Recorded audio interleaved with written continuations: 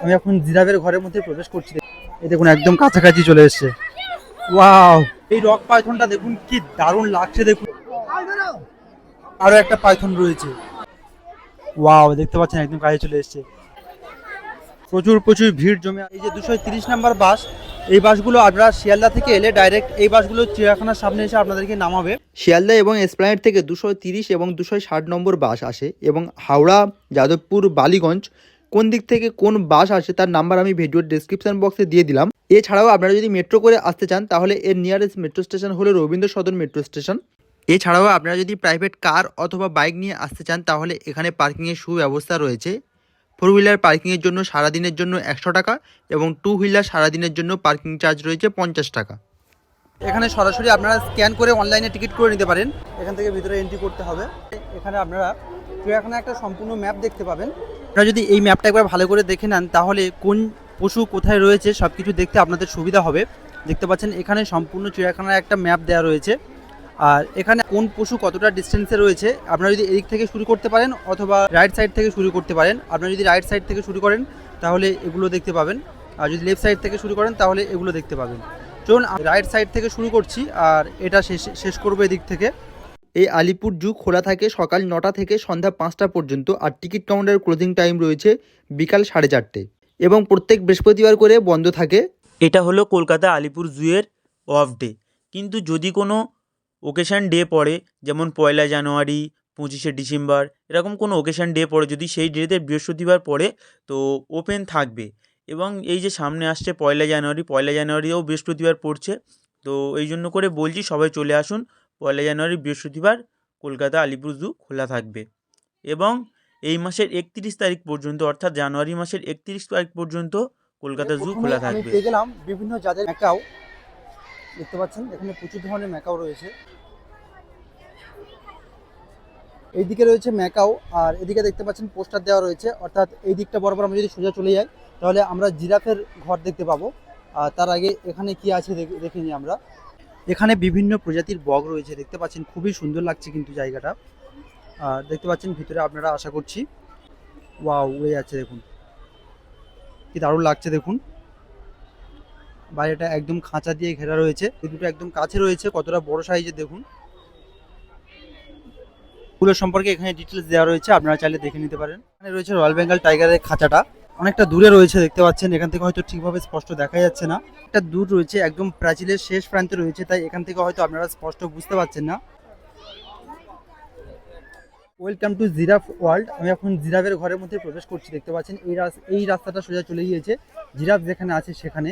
যে ব্রিজটা জিরাফের দিকে গিয়েছে এখান থেকে একটা ছোট লেক রয়েছে, আর লেকের উপরে ব্রিজটা রয়েছে। আর ভিড়টা দেখুন কতটা ভিড় চলছে এখন। এখানে কিন্তু বেশ বড় সাইজের মাছও রয়েছে, আর এই দেখতে পাচ্ছেন ওই জিরাফ দাঁড়িয়ে রয়েছে, একটু দূরে দাঁড়িয়ে রয়েছে, তাই অনেক বড় সাইজের কিন্তু জিরাফটা। ওয়াও, আলাদাই সোয়াগ। দেখুন সামনের দিকে এগিয়ে আসছে দেখুন। ওয়াও, এই দেখুন একদম কাছাকাছি চলে এসছে। ওয়াও,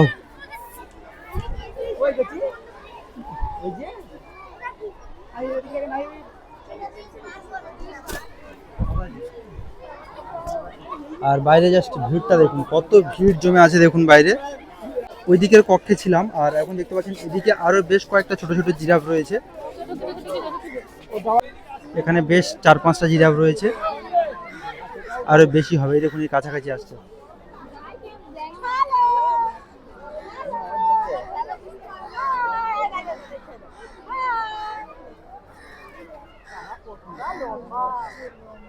প্রচুর প্রচুর ভিড় জমে আছে, আর সবাই দেখতে পাচ্ছেন ফ্যামিলি নিয়ে এসে কেমন বসে রয়েছে। এর মধ্যে সিংহ রয়েছে, দেখতে পাচ্ছেন দূরে শুয়ে রয়েছে। দেখতে পাচ্ছেন সিংহটা শুয়ে রয়েছে তার মসজিদে, একদম নিস্তব্ধ হয়ে শুয়ে রয়েছে রাজার মতো। চারিদিকে এত মানুষ যে ওকে দেখছে, ওর কিন্তু কোনো ভুনাক্ষেপই নেই। দেখতে পাচ্ছেন ও ওর মতো ঘুমাচ্ছে। বিভিন্ন প্রজাতির ময়ূর রয়েছে, দেখতে পাচ্ছেন সব উপরে বসে রয়েছে। এমু বা উট পাখি রয়েছে, এগুলো মূলত অস্ট্রেলিয়ায় পাওয়া যায়। উঠতে অক্ষম, 50 কিলোমিটার বেগেও এরা ছুটতে পারে।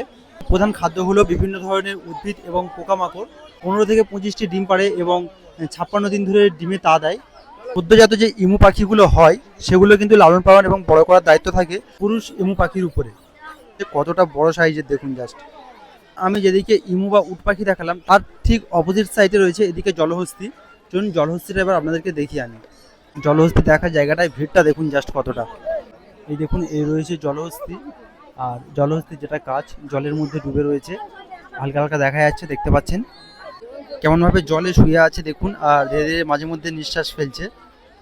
তার নাম আছে ব্ল্যাক সোয়ান, যেটা অস্ট্রেলিয়ায় পাওয়া যায়। একেবারে 10টি পর্যন্ত ডিম পাড়ে এবং 35 থেকে 48 দিন ডিমে তা দেওয়া হয়। কতটা সুন্দর লাগছে দেখুন এই ব্ল্যাক সোয়ানগুলো, আর এরা গড়ে প্রায় 40 বছর পর্যন্ত বাঁচে। এটা দেখুন, এটা হচ্ছে এক ধরনের পায়রা, কতটা বড় এবং কি দারুণ দেখতে দেখুন। ব্ল্যাক ভালচার, যেটা শকুন বলা যায়, মেক্সিকো এবং আমেরিকাতে বেশিরভাগ পাওয়া যায় এবং গড় আয়ু প্রায় 10 বছর। আর এরা মূলত মৃত লাশের মাংস খায়। বোর্ড দেওয়া রয়েছে, আর আমি এদিকে সব এগুলো কমপ্লিট করে এসেছি, আর এখন এদিকে এই 3টে বাকি রয়েছে। চলুন আরও সামনের দিকে এগিয়ে যায়। এখানে দেখতে পাচ্ছেন ইন্ডিয়ান সজারও রয়েছে, দেখতে পাচ্ছেন ভিতরটায় বসে রয়েছে, খুব ভালোভাবে হয়তো বোঝা যাচ্ছে। ঠিক আরও এগিয়ে যাই, কি আছে দেখাচ্ছি। নেকড়ে রয়েছে, নেকড়ে বেশ কাছাকাছি ছোটাছুটি করছে, আমি দেখাচ্ছি আপনাদেরকে।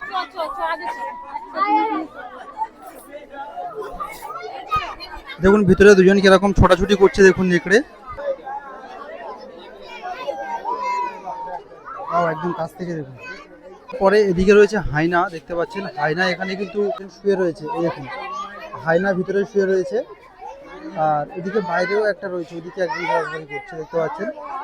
এখানে রয়েছে এই শেডের নিচে শুয়ে রয়েছে। এখানে রয়েছে বেঙ্গল টাইগার, কিন্তু বেঙ্গল টাইগার এমনভাবে লুকিয়ে রয়েছে ঠিকভাবে দেখা যাচ্ছে না, সবাই উঁকি মারছে।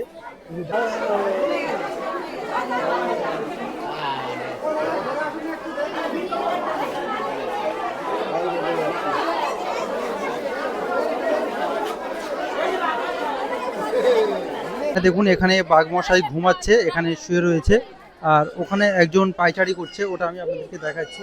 এখানে দেখুন এখানে বাঘটা দেখা যাচ্ছে, আর কতটা ভিড় লেগে আছে দেখুন জাস্ট বাইরে বাঘটাকে দেখার জন্য।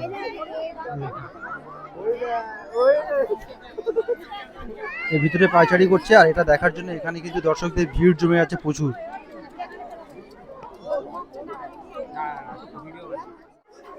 উনি একদম কাছাকাছি এসে দেখতে পাচ্ছেন, বেশ অনেকটা বড় সাইজের, কিন্তু পেটে কিছু নেই, সম্ভবত বেশ খিদে লেগেছে, ভিতরে পায়চারি করতে ব্যস্ত রয়েছে।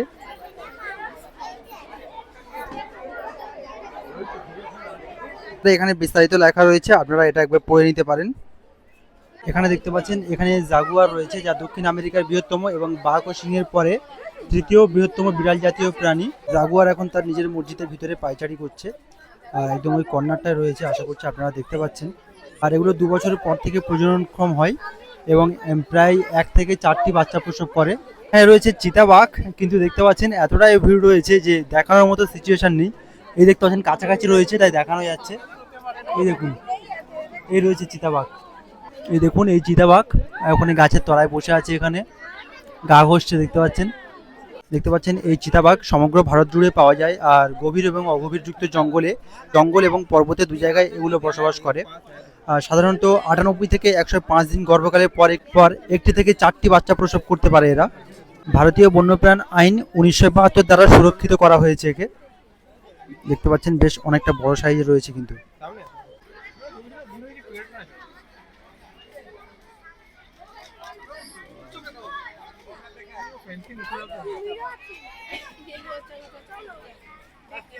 দেখতে পাচ্ছেন গন্ডার রয়েছে, বেশ বড় সাইজের কিন্তু গন্ডারটা রয়েছে। এর শিংটা কিন্তু আপাতত নেই, দেখতে পাচ্ছেন শিংটা ভেঙে গিয়েছে। আমি জুম করে আপনাদেরকে দেখাচ্ছি, দেখুন শিংটা ভেঙে গিয়েছে, কিন্তু শিংটা নেই, যে এক সিংহর গন্ডার যেগুলো হয় সেটা। আর এদিকে ডিটেলসে দেওয়া রয়েছে, আপনারা একবার পড়ে নিতে পারেন। কুমিরগুলো এমনভাবে শুয়ে রয়েছে যেন আপনারা মৃত কি জীবিত বুঝতে পারবেন না, দেখতে পাচ্ছেন একদম মৃতর মতো করে শুয়ে রয়েছে। বেশ বড় সাইজে কিন্তু অনেকগুলো কুমির রয়েছে। আপাতত এদিকে 3টে দেখতে পাচ্ছি, আর এদিকটায় 3টে দেখতে পাচ্ছি। এরা মাছ খায় সাধারণত, আর 10 থেকে 90টি ডিম পাড়ে। 72 থেকে 92 দিন পর ডিম ফুটে বাচ্চা জন্মায়। বিলুপ্ত প্রায় প্রাণী এই রয়েছে সরীসৃপ ভবন। আর এদিক থেকে এন্ট্রি দেখতে পাচ্ছেন, এখানে পাইথন রয়েছে, আর ওই দেখুন ওই একটা পাইথন রয়েছে লাইটের তলায়, ওই শুয়ে রয়েছে, এই একটা পাইথন রয়েছে। আর এদিকে নিচে এখানে আরো একটা পাইথন রয়েছে, এখানে আরো এক প্রজাতির পাইথন রয়েছে, দেখতে পাচ্ছেন এই নিচে শুয়ে রয়েছে। এটাকে বলা হয় রক পাইথন। এই দেখুন শুয়ে রয়েছে, দেখতে পাচ্ছেন এই রক পাইথনটা দেখুন কি দারুণ লাগছে দেখুন জাস্ট। এগুলো ভারতীয় ভূখণ্ড এবং দক্ষিণ পূর্ব এশিয়াতে পাওয়া যায় এবং স্তন্যপায়ী প্রাণী, পাখি, সরীসৃপ খাদ্য হিসাবে গ্রহণ করে। আর এরা প্রায় 100টি ডিম একসাথে পারতে পারে। প্রায় 100টি ডিম একসাথে পারে। কি বড় সাইজের দেখুন।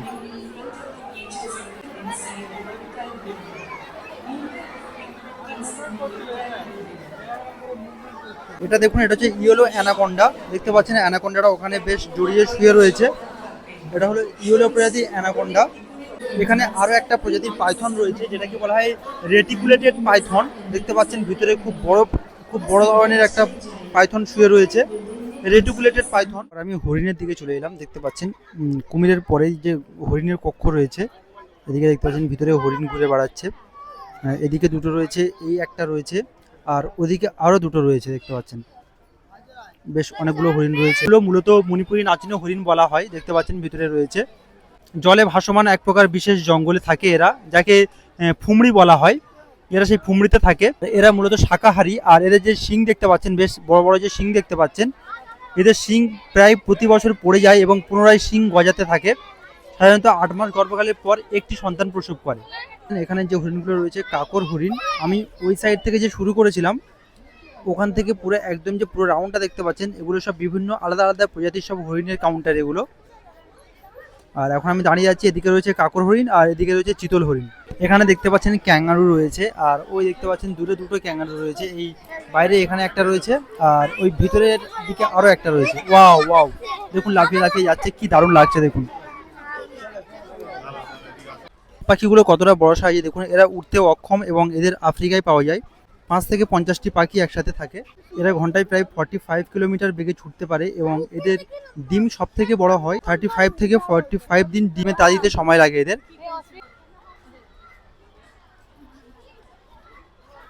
এখানে দেখতে পাচ্ছেন জেব্রা রয়েছে, আর এদিকে রয়েছে দুটো জেব্রা, আর এদিকে আরো একটা জেব্রা রয়েছে। টোটাল আমি আপাতত এখানে 3টে জেব্রা দেখতে পাচ্ছি। এগুলো আফ্রিকা দক্ষিণ সাহারায় বিশেষ করে পাওয়া যায়, দলে দলে থাকে।